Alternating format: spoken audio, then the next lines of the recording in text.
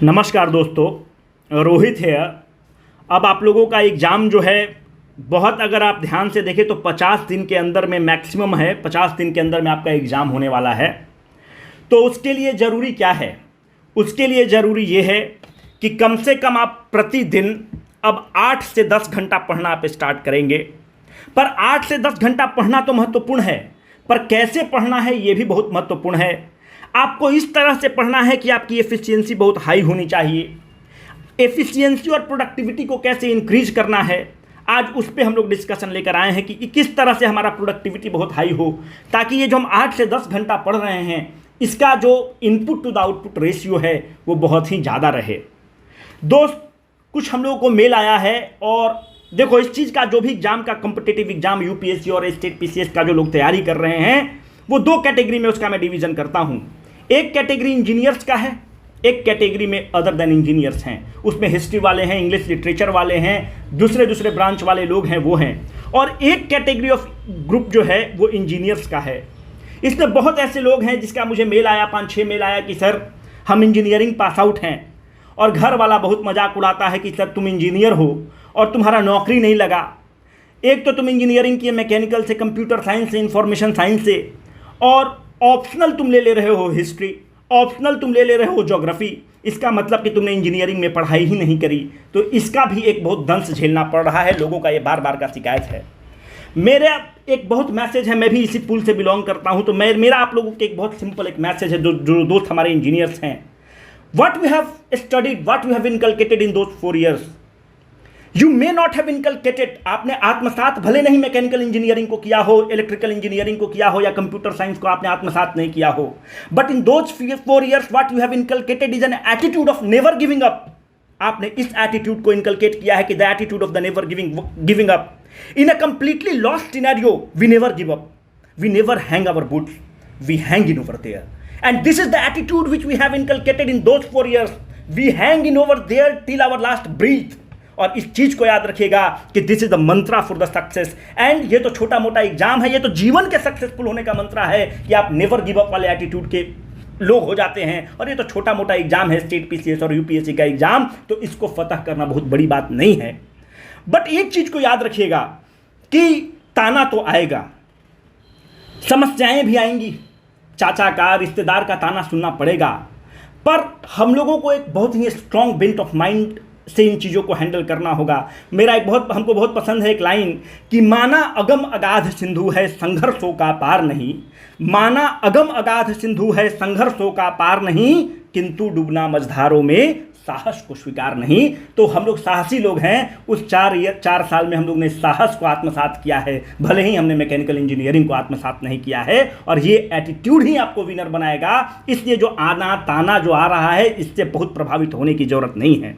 अब मेरा आप लोगों से एक चीज ये कहना है कि आप ये बताइए कि what is the common denominator of all the successful people, what is the common denominator of all the people who are clearing this exam of the UPSC and the state PCS. My friends, the common denominator of all this people is the hard work. This is the common denominator, and let me tell you, you will have to put your backside on the chair. There is no alternative to this. You will have to do this process under any circumstances and every circumstances. I do understand कि जब कभी ऐसा होता है कि आप 6/6 के कमरा में बैठकर, जो कबूतर खाना है, आप दिल्ली में, पटना में 6/6 के कमरा में बैठकर पढ़ाई कर रहे होते हैं, और आप जैसे फेसबुक स्टार्ट करते हैं, इंस्टाग्राम स्टार्ट करते हैं, आपका साथ का जो पढ़ा हुआ लड़का है अपनी बीवी के साथ मालदीव में बीच पे फोटो डाल रहा है, आपका साथ वाला दोस्त गुड़गांव और नोएडा में सैटरडे संडे हो रहा है, वो डिस्को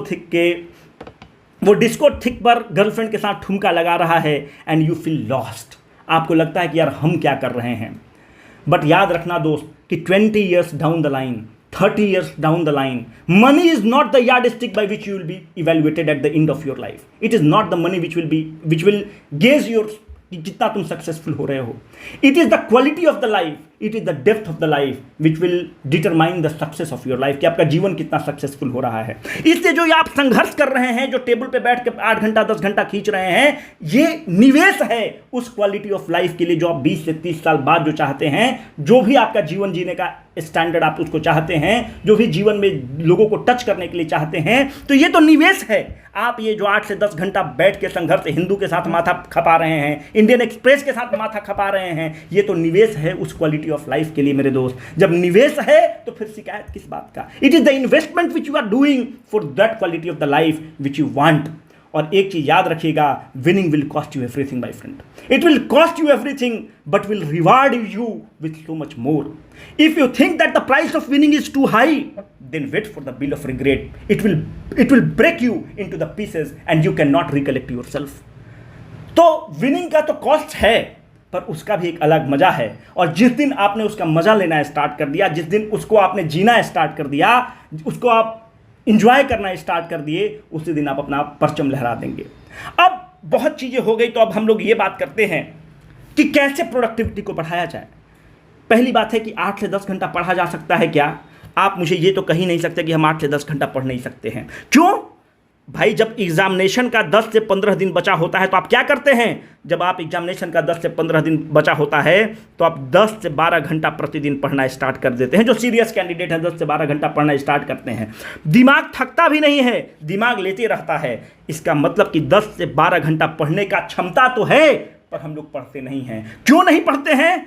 बस ये डेविल है, यही राक्षसी शक्ति है जो आपको पढ़ने नहीं देता है। 10 से 12 घंटा प्रोक्रेस्टिनेशन, कल कर लेंगे, परसों कर लेंगे। It is now the right time to throw this attitude into the dustbin of the history. और जिस दिन इस प्रोक्रेस्टिनेशन वाले एटीट्यूड को आपने डस्टबिन ऑफ द हिस्ट्री में फेंक दिया, याद रखिएगा उस दिन आप सक्सेसफुल हो गए। इस एग्जाम में आप झंडा गाड़ देंगे, अपना परचम लहरा देंगे। याद रखिए कि this time opportunity is raining like blessings my friend.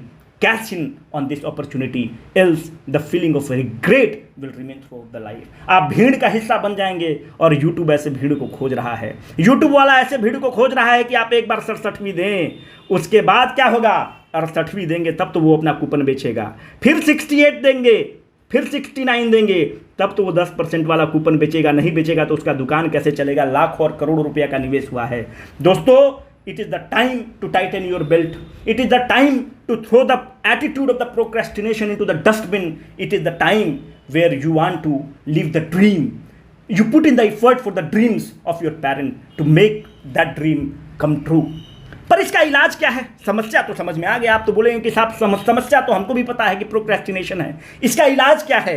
इसका मात्र एक इलाज है दोस्त, और उस इलाज का नाम है डिसिप्लिन। डिसिप्लिन बोलना आसान है, पर ये डिसिप्लिन को कैसे आत्मसात किया जाए, इसको जीवन के दिनचर्या में कैसे लिया जाए, इसका बहुत ही सिंपल उदाहरण है दोस्त। आप शेड्यूल बनाकर पढ़ना स्टार्ट करें। शेड्यूल तय करें, सोने के पहले अगले दिन आपको क्या करना है उसका एक शेड्यूल बन जाए। Because mind is a super computer and the self talk is a program that you run on that computer. आपको अपने दिमाग के साथ सेल्फ टॉक करना है। आपको अगले दिन उठने से पहले आपका शेड्यूल तय होना चाहिए कि आपको क्या क्या करना है, और हर शेड्यूल पर 50 दिन के लिए टिक कर लीजिए। याद रखिएगा, 50 दिन का संघर्ष, 50 दिन का ये तपस्या, ये 50 साल आपका खूबसूरत बना देगा। हो सकता है रिटायर करोगे बीपीएससी के चेयरमैन बन जाओ, हो सकता है रिटायर करोगे बढ़िया बढ़िया चीज़ के मैनेजिंग डायरेक्टर आप बन के उभर के सामने आ जाओ। तो ये 50 दिन का जो संघर्ष है आपके 50 साल का नींव रखने वाला है। इसलिए अपने आप को झोंकिए, अपने आप को इस अग्नि में तपने दीजिए, अपने आप को जो भी मांग रहा है एग्जाम उसको दीजिए। अब मैं आपसे ये पूछता हूँ कि इसके प्रोडक्टिविटी को कैसे बढ़ाया जाए। प्रोडक्टिविटी का एक टेस्ट किया गया। कैसे टेस्ट किया गया कि हार्वर्ड यूनिवर्सिटी में प्रोडक्टिविटी को और नंबर ऑफ आवर्स को प्लॉट किया गया। कम से कम 1 लाख लोगों पर रिसर्च करके इसका प्लॉटिंग किया गया, और ये प्लॉटिंग में पाया गया कि एक लिमिट के बाद, इस लिमिट के बाद आप प्रोडक्टिविटी को देखते हैं कि प्रोडक्टिविटी जो है एक्सपोनेंशियली डिक्रीज कर जा रहा है, एकदम लगातार गिर जा रहा है, एक्सपोनेंशियली डिक्रीज कर रहा है। तो पाया गया विद द मैथमेटिकल मॉडल कि कौन सा ये पॉइंट है जहां पर प्रोडक्टिविटी गिर जा रहा है, एकदम एक झटके में, एकदम गलत ट्रैजेक्टरी को फॉलो कर रहा है, नेगेटिव ट्रैजेक्टरी को फॉलो कर रहा है। ये पाया गया कि डिफरेंट व्यक्ति में ये ट्रैजेक्टरी वाला जो पॉइंट है वो अलग अलग है। 30 से 45 मिनट का रेंज है जहां पे आप फुल प्रोडक्टिविटी पर बहुत इफिशिएंटली काम करते हैं, और 30 से 45 मिनट के बाद आपका प्रोडक्टिविटी गिरना स्टार्ट होता है। पर हम क्या चाहते हैं कि ये वाला कर्व रेप्लिकेट हो जाए, लगातार ही अगर ये पूरा दिन ये वाला कर्व को हम रेप्लिकेट कर दे तो मेरा काम हो जाएगा, मतलब पूरा एफिशिएंटली हमारा काम हो जाएगा। हम इस वाले रीजन में जाए ही नहीं, क्योंकि इस रीजन में हम जा रहे हैं तो देख रहे हैं कि मेरा प्रोडक्टिविटी गिर रहा है। तो ये वाला हाई प्रोडक्टिविटी वाला कर्व है, इसको हम रेप्लिकेट करना चाहते हैं। कैसे रेप्लिकेट करेंगे? 30 से 45 मिनट के बीच में आपका अपने आप टेबल पे कुर्सी पर बैठिएगा तो आप पाएंगे कि जनरली 30 से 45 मिनट में आपका दिमाग थकने लगता है। Take a break of 10 minute. जब आप ब्रेक 10 मिनट का लेते हैं तो अगेन आप you start from this point और अगेन फिर 30 से 45 मिनट आप करेंगे and take a break for. जब आप अगला ब्रेक लेंगे, ये पहला स्लॉट है 30 से 45 मिनट का, जो सेकंड स्लॉट 30 से 45 मिनट का रहेगा, इसमें +5 मिनट आप जोड़ते चले जाएंगे, ये हो गया 15 मिनट। फिर जो अगला स्लॉट लेंगे 30 से 45 मिनट का, उसमें ये टाइम जोड़ लेंगे, 15 5 20 मिनट हो गया। और उसके बाद एक आप लॉन्ग ब्रेक लेंगे। 3 स्लॉट के बाद ये देखा गया है कि 3 स्लॉट के बाद आपको एक लॉन्ग ब्रेक की जरूरत है। आप 1 घंटा का ब्रेक ले लेंगे and then again you will replicate the same. तो आप क्या हो रहा है, 1.5 घंटा का आपका स्लॉट निकल रहा है। अगर 1.5 घंटा का मेरे दोस्त, अगर ऐसा तुम 4 स्लॉट भी निकाल लिए पूरे दिन में, जो कि आसानी से निकाला जा सकता है, आराम से आप 6 घंटा वो खींचेंगे जो बहुत ही हाईली प्रोडक्टिव होगा, जो बहुत ही शानदार होगा। और ये अगर आपने 6 घंटा का स्लॉट खींच लिया 50 दिन तक, विश्वास मानिए आपका जो 50 साल होने वाला है वो बहुत ही गौरवशाली होगा, बहुत ही संतुष्टि वाला पल होगा। तो इसलिए मेरा आपसे मात्र यही कहना है मेरे दोस्त कि इस प्रोसेस को फॉलो करो और इस चीज को आप कोशिश करके देखिए। पर यह चीज इतना आसान नहीं है कि 10 मिनट में आप अगेन कम बैक कर जाएंगे। उसके लिए क्या चाहिए? डिसिप्लिन चाहिए। उसके लिए क्या चाहिए? दिमाग पर कंट्रोल चाहिए। उसके लिए क्या चाहिए? अपने आप पर कंट्रोल चाहिए। अपने दिमाग को अपने अंदर 50 दिन रखना है। मात्र 50 दिन का मामला है। अगर 50 दिन आपने कर दिया तो आपने इतिहास रच दिया। और विश्वास मानिए आप करके देखिए 10 दिन। टेलीग्राम ग्रुप में तो हम अवेलेबल हैं ही आप लोग का बात सुनने के लिए। तो कहने का मतलब है 10 दिन करके देखो दोस्त, इतिहास रच दोगे। अपना प्रोडक्टिविटी अगर नहीं बढ़ा लिए तो मेरा नाम बदल लेना। पर वही है कि 10 मिनट के बाद भागना मत।